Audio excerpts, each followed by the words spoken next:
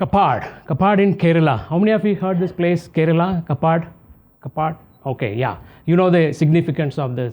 So I travel a lot. I part of my Bharat Darshan, and I've been to 28 states, remote parts of the country.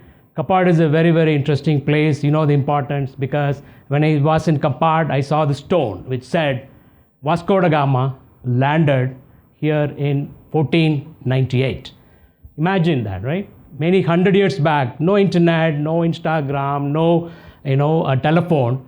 Somebody understood the glory of India, and they risked their life, traveling thousands of miles, coming to this place and trying to figure out for what? Just a tiny pepper that changed the history of India. But what the takeaway is about the glory, right? The India's glory. Can we go back to the glory? That's one of back to Bharat I was thinking about, right? Can we go back to the Bharat? The another Bharat is about today. There's a lot of confusion. People talk about India, Bharat, and all that.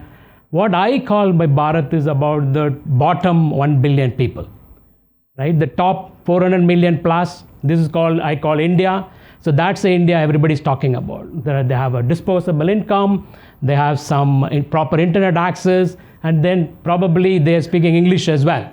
The 1 billion do not speak English in India, and that is a Bharat I was kind of looking at as well. So that is where I was thinking, can we go back to these Bharat and start looking at for the problems and current problems?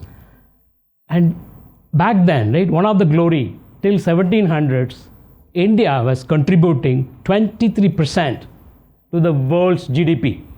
That's really, really amazing, right? When you go back to the Bharat, can we achieve that kind of GDP? That's great. That's really amazing. But we know that today that GDP alone is not going to cut it.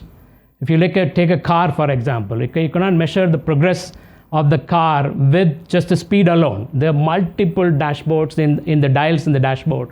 Everyone should be working perfect condition. Your tachometer, speedometer, fuel, and everything need to be in perfect condition for the car to perform. That's why today the UN has come up with an idea about SDG, right? Sustainable Development Goals. 17 goals people need to achieve for the country to be progressive. These are all the dials the country should be looking at. So that is what the thought I was looking at is about, not only going back to that glory of that GDP, how do we do the sustainable development as well? Where this SDG came from, right? Because there are one problem statement, which is today the whole world is facing these two problems, climate change and inequality. So this is what driving these SDG goals, right? If we start looking about the climate change, that people are talking about it, but the good point is today that whole world, first world, second world, third world, all the worlds are having the same problem. That's very fantastic news, because then everybody is looking forward a singular solution towards what we can do. So that is what I will start looking at about my experiment. And can we go back to the Bharat? That's where the idea for the back to Bharat came in, right? I've done a lot of experiments. Can we find solution for the climate change and inequality in Bharat? Can we start looking back about old practices? Can they solve the problem of today's climate change and inequality? All the experiments that I've done, investments I've done, people I've mentored, all my travel, that's all in this book today, right? So let's look at East Garo Hill. That's one of the places I was in Meghalaya. It's a beautiful place, nice village, there's a clean village. We were staying there, morning 7 o'clock, we went for a walk and we went to somebody's house. This person was offering a rice wine. A tribal person is offering a rice wine. What an amazing life they're having. And on the way, we saw the children walking on a holiday. I said, where are you going? They said, jungle cleaning. The whole village was so beautiful. The house, we saw that, probably built by himself, very simple living. There is not much of furniture lying around. A lot of these extravagance today that we have, none of those in these places. So that's what I was wondering about, right? They have a very simple life, and how they be part of the solution of sustainability, because they are living a very, very simple life. Can we calculate the carbon footprint? Today, we have a people who are emitting greenhouse gases, and there are people who are fixing this problem. These are all called carbon fixers. Today, we are celebrating the carbon fixers, right? But we are not celebrating the carbon preventers. The people living very simple life in East Garo Hills, I call them our carbon preventers. How do we celebrate them? For example, today, Elon Musk, right? He's selling carbon credit, almost $1.4 billion to the fossil fuel vehicles. because he has electric vehicles, he's able to create carbon credit, he's able to sell that carbon credit. So what about our tribals living in East Gaurav Hills in a very simple life? Can we calculate the carbon? If we do that, your carbon footprint, my carbon footprint, somebody living in New York, somebody living in London, so his carbon footprint is very, very, very tiny. See, if carbon is a new gold, then who's rich? If Elon Musk makes $1 billion, what about our tribe? So that's a thought around, there is an opportunity for us to start looking at this element as well. There's one more look at on the development paradigm, right? So my daughter was sitting here on 11th standard tour, she went to Himalayas. And they spent 2 weeks trekking and no electricity, no toilet, living in a tent, amazing picture, we all loved it, fantastic, right? We call this as a development. You go there 2 weeks, fantastic. But East Gauraville, people live there for 365 days. We call them poor, right? We are telling them, you come out, educate like ourselves, go through the misery we have, but go there for 2 weeks for detox, de-stress, all these jargon that we throw about, right? So that is about what we call development. So this is about, we need to start thinking about what the development paradigm is. They are living peacefully, sustainable living, but we are telling that, come to us, aspire us, how we are all doing that. So this is about the new paradigm of development need to change. In that time, I was in Meghalaya, there was a conference with the chief minister, I was telling them, Meghalaya should charge oxygen tax. What? Because they are having this, preserving this biodiversity, the forests are fantastic, but how do we incentivize them, right, for them to keep this biodiversity? If we do not incentivize them for keeping that pristine environment, they're going to aspire like what is happening here, right? Cut all the trees, build factories. I want to bring people, into this kind of a new paradigm of development. So this is the thought about we need to start having, is about celebrate this simple life people are having, with them the carbon credit and all that, and give them incentivization about preserving the biodiversity. But it's all great. But what happens, right? They need money. There is some ailments in family, healthcare expenses. That is number one reason in India, people fall in poverty. So how do we take care of the livelihood? So that is what Manipur, Elijah comes in. Elijah is the first person from his tribe coming to IIM Bangalore, doing the MBA degree. He saw the potential for his personal growth. He wanted to leave the country. But after seeing many of these startups working in NSR Cell, IIM Bangalore, he realized that, no, I want to go back and support my family or people in my village. So during the course, he started analyzing about 23 produce, right, growing in that region that nobody outside of Manipur knows. Wild apple, for example. It grows plenty during the season, only 30% get picked up, 70% not even picked up. 3 times a day, they all eat wild apple. When I was there, I had that as well. So he started collecting that, put it in a cold storage during the season, and started releasing non-season time. And we connected him with a scientist. He converted into a kanji. So he's able to sell the products. So now every region of India has a wisdom like this. Amazing herbals out there. How do we utilize the entrepreneurship to create the local livelihood possible? Now he's gone to the next product, Santa Rosa plums. He's making nectar out of it. This is an opportunity about how the local livelihood all be support so that the people need not migrate and all that, right? Similarly, if we start looking at Amle. I was in Amle. This is a place around a few hours drive from Bombay, and we are supposed to reach there for dinner, but reached there for midnight thanks to the traffic in Bombay.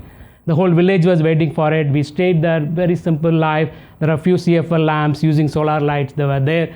The next day morning, Rajubai, in his house I was staying. Rajubai is telling about, look at this beautiful place that we have. All these amazing, niche natural resources are there. But monsoon time, it's plenty. So we do agriculture, we're doing very well. But non-monsoon time, we have to migrate. So they go to Bombay. So Rajubai goes for sand mining. He dives into the ocean 100 feet. Now we know about scuba diving people with all the gears on, with the oxygen, they go dive. But this Rajubai dives without any of those gears. If he loses the breath, he's gone. So that is a kind of tough life they have when they have to migrate out. So there is an organization working on about how do we bring the livelihood for the non-monsoon time as well. So similarly in Buntu, in Jharkhand, so this is one of the extremist area, one of the top 10 extremist area of the country. People have to take a permission for me to go there.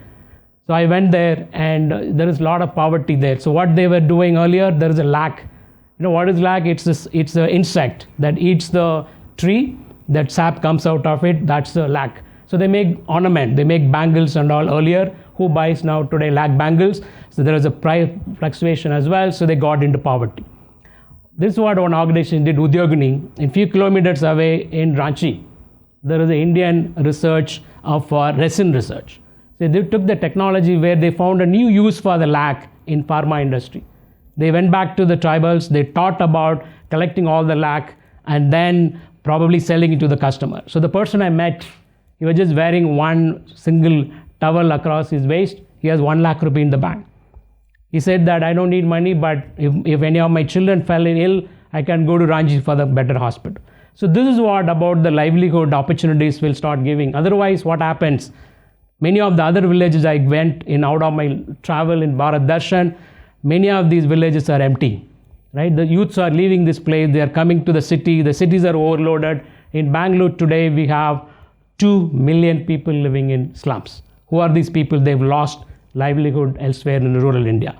So when they come in and the city is exploiting them because there's a lot of oversupply of people, cities exploits them with a lot of this. Today, every Bangalore affordable people have a cook, they have a driver, they have a babysitter. All these things happening because they are paying peanuts.